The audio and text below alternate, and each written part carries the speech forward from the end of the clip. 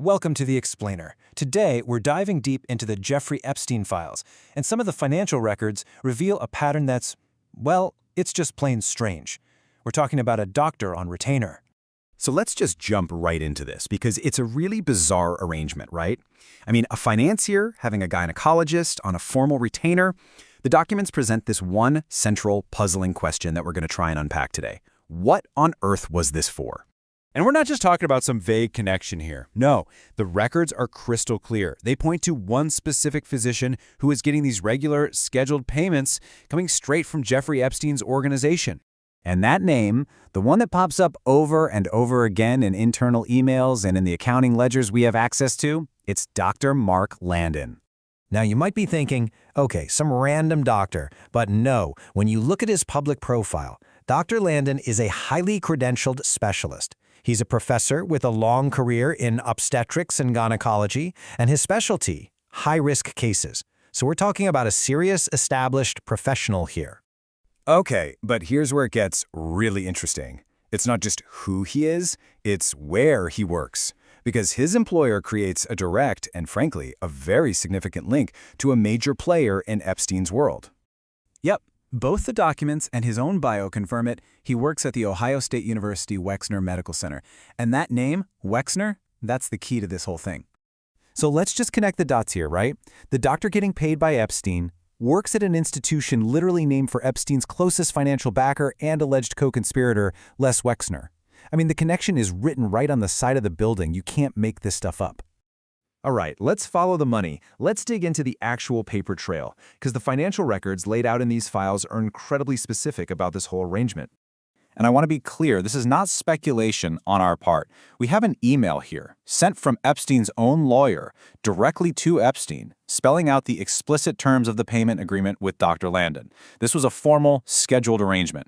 And look, the details are laid out plain as day in the records. We see who got the money, Dr. Mark Landon. Who paid it? One of Epstein's companies, NYSG LLC. How often? Quarterly. And the amount? 25 to 30 grand. In a reply, Epstein himself even confirms the annual total, $75,000. It's all there in black and white. And, you know, these weren't just one-off payments. Not at all. The internal accounting documents show this was a consistent, long-term thing. We can actually trace these payments spanning at least 5 years, from as early as July 2001 right through to April 2005. This was a sustained financial relationship. Okay, so we have this one specific doctor on retainer, but get this, it wasn't an isolated thing. When you zoom out and look at all the files, this whole theme of payments to gynecologists, it just keeps popping up, again and again.